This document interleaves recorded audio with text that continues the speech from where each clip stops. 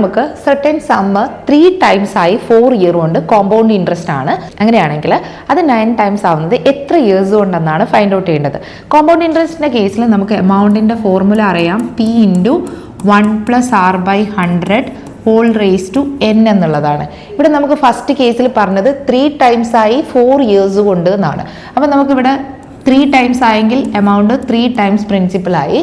So P × 1 + R/100 raise to 4 എന്നാണ് വരുന്നത്.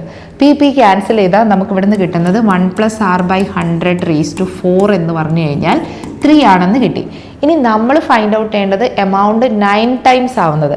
അതായത് ഇതേ ഫോർമുലയിൽ 9P = P × 1 + R/100 raise to n എന്നുള്ള ഇയർ ആണ്. ആ n ആണ് നമ്മൾ ഫൈൻഡ് ഔട്ട് ചെയ്യേണ്ടത്.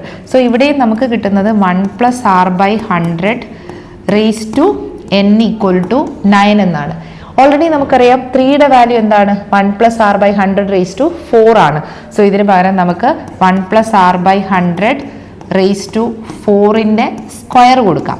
8 ആയി മാറും. സോ ഇവിടെ n പകരം നമുക്ക് വരുന്നത് 4 × 2 8 ആണ്. സോ ഇത് 9 ടൈംസ് ആവുന്നത് 8 ഇയേഴ്സ് കൊണ്ടാണ്. So option C is the correct answer.